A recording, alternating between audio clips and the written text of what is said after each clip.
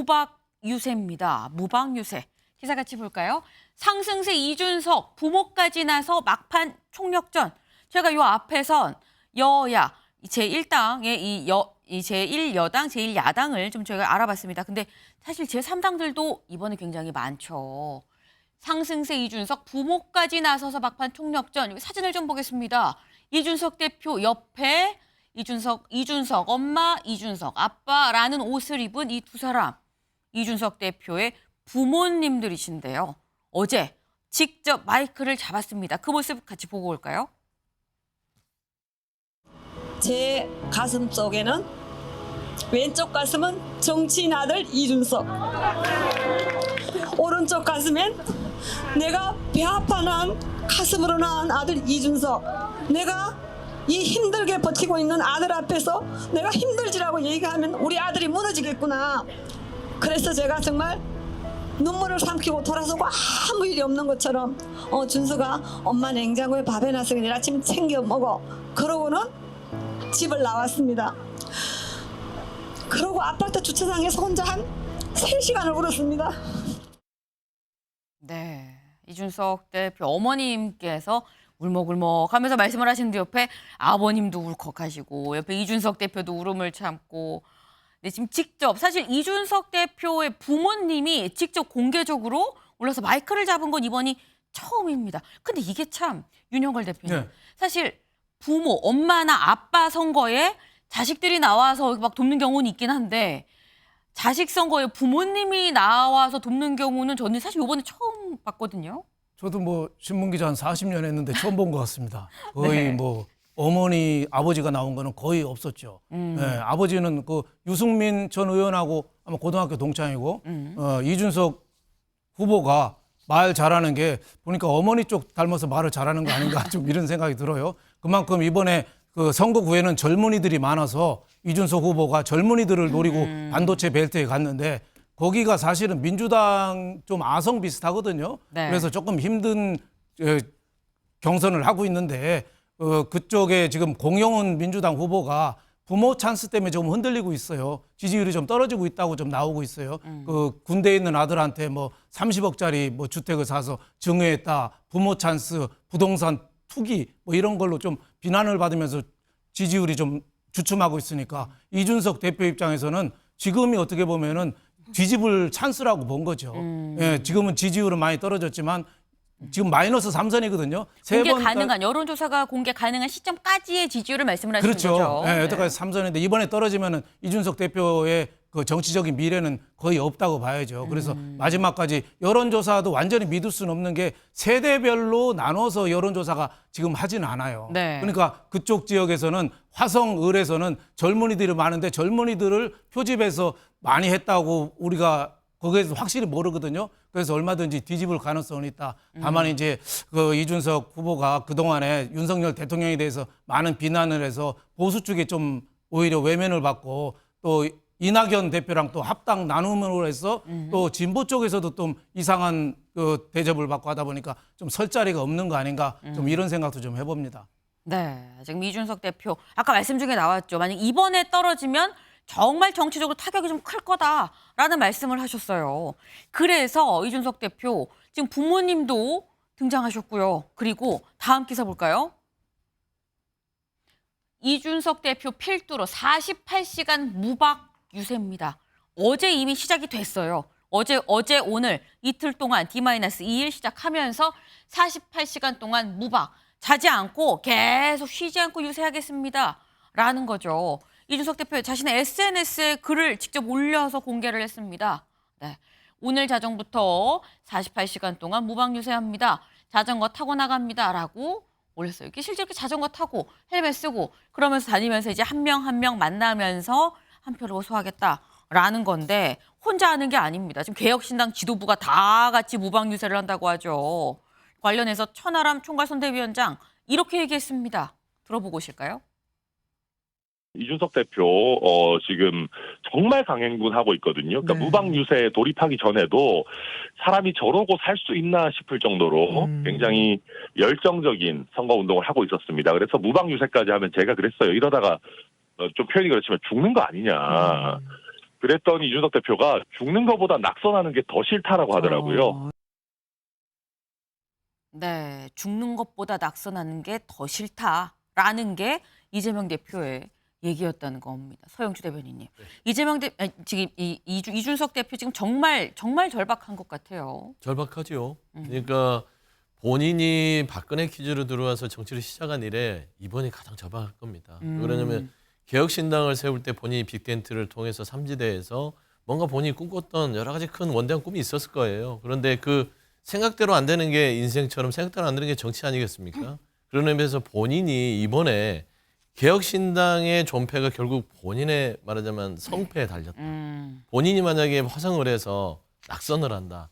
그랬을 때는 개혁신당은요. 그냥 정말 아주 소수의 소수 정당이 될 겁니다.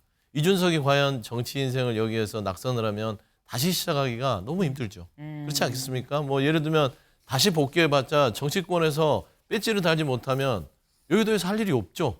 그럼 뭘 하겠어요? 그냥 연구소 차릴까요? 아니면 방송에서 패널을 할 겁니까? 그러니까 본인의 인생 자체가 막막하기 때문에 지금은 48시간이 너무 짧을 거예요. 그래서 무박이 아니라 그냥 뭐 지금 절박한 심정이라도 뭐 기적이 일어나기를 바랄 것 같다. 그런 생각입니다. 네, 정말 간절하고 기적을 바라는 상황까지 그런 마음 아니겠느냐 말씀을 주셨는데 지금 이준석 대표가 나 48시간 무박 유세합니다라고 하니까 여기에 호응하는 SNS 글을 올린 사람이 있습니다. 누구냐? 정청래 의원입니다. 이준석 무박 2일 48시간 연속 유세 돌입 선거 막판에 이런 거 하면 절대 안 된다. 왜? 지고 있다는 걸 만천하에 알리는 바보 같은 자기 학대다. 역시 이번에도 틀렸군이라고 지금 정청래 의원 얘기를 했습니다. 아이고 안 돼 48시간에도 안 돼라고 얘기를 한 거죠. 그런데 이 얘기를 하고 얼마 안 있어서 민주당의 화성을 후보죠. 공영훈 후보가 선거운동이 끝나는 내일 자정까지 48시간 무박 유세를 진행합니다. 동탄 구석구석 찾아뵙겠습니다라고 밝혔어요. 그리고 조용히 정청래 의원은 글을 내렸습니다. 윤경호 위원님. 네.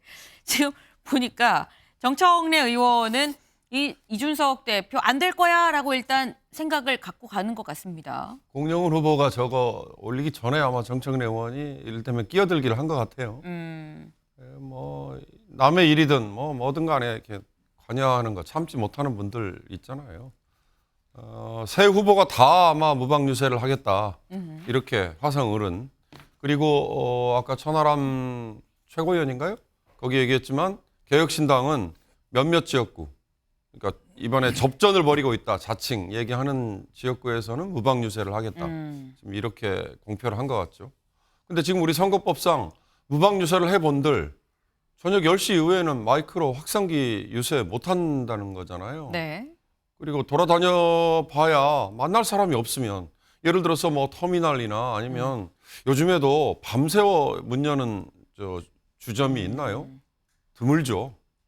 화성을이라는 지역구는 그렇게 막 불이 많이 켜져 있는 데가 있는지 모르겠지만 그런 점에서는 실제 효과는 거의 없을 겁니다. 다만 제가 이만큼 열심히 합니다. 이제 거기에 숨어 있는 게 절박함인데 그 절박함이 정청래 의원 같은 분들이 보기에는 내가 지고 있는 겁니다. 이걸 지금 공표하는 거다. 그렇지만 사실 열심히 하겠다는 후보에게 저런 말 하는 거 그 결국은 재발등을 찍은 셈이 됐으니까 제발 드리는 말씀입니다만 남의 일에 끼어드는 거 좋은데 그게 자기한테 부메랑이 돼서 올 수 있다. 그거 이번에 아마 정청래 의원 한 번 더 느꼈지 않았을까 싶네요. 네. 지금 저희가 이준석 대표 그리고 이준석 후보, 공영훈 후보 지금 두 후보가 무박 유세한다 말씀드렸는데 말씀드리기 시작하면 말씀을 하셨어요. 지금 여기에 국민의힘 후보도 있습니다. 한정민 후보. 한정민 후보도 무박 유세를 진행한다. 이렇게 되면 화성을의 후보 3명이 다 잠도 안 자고 오늘 밤 자정까지 계속 선거운동을 하는 겁니다. 네, 사실 이 무박 유세, 이 정말 절실함, 간절함이 드러나는 유세 활동이긴 합니다만 걱정이 되는 이러다 셋 중에 한 분이라도 쓰러지면 안 되는데라는 생각도 사실 같이 듭니다. 제가 지금 개혁신당 얘기하다 화성을 전체를 좀 들여다봤습니다. 그런데 제3당 얘기할 때 이준석 대표 말고 사실 주목을 초반부터 받았던 사람이 또 있죠. 누구냐? 이분입니다. 새로운 미래. 이낙연이라는 마지막 씨앗만큼은 남겨달라. 누구의 얘기인지 직접 들어보실까요? 참 눈살 찌푸리게 하는 이런 대한민국 정치를 넘어서 이런 더 건강한 민주주의, 광주 정신이 민주 정신인데 이런 당내의 맹종이 아니라 70년 역사를 민주당이 지켜온 그런 가치, 또 정의와 공정 이런 것들을 소신 있게 지킬 수 있는 민주 세력의 작은 가능성 마지막 씨앗만큼은 반드시 남겨달라고 마지막까지 호소드리고 싶습니다. 예. 네, 오영환 선대위원장입니다. 근데 지금 보면 소영주 대변인님, 네. 이낙연 전 대표는 원래 출마를 안 하려고 했는데 출마해야 됩니다, 해야 됩니다 해서 했거든요. 네.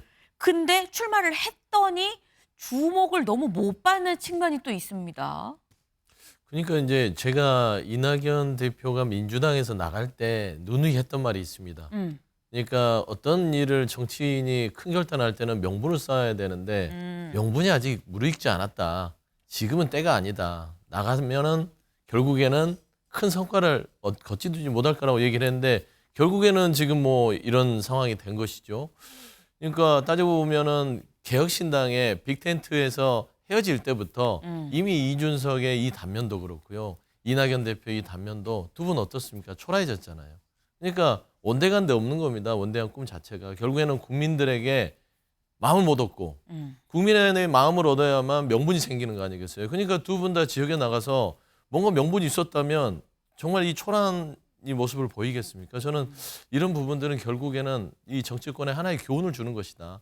결국에는 본인이 생각하는 명분은 국민이 공감해야 얻는 것이지 혼자만 생각해서 정치한다고 그리고 뭔가 본인에게 어떤 씨앗을 남겨달라고 주장한다고 해도 이제는 그게 헛구에 그칠 뿐이다. 좀 안타깝다 하는 말씀드립니다.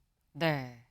내일이 총선이죠. 내일 선거가 끝나고 나면 뭐 거대 이 제1여당, 제1야당은 몇 석이냐가 중요하겠지만 제3당의 경우에는 이후 지속할 수 있을지 여부가 직접적으로 아마 연관이 되는 게 선거 결과일 겁니다. 내일 선거 결과가 더 주목되는 이유 여기서 또 하나가 추가가 될 수 있겠네요. 다음으로 넘어가 보겠습니다.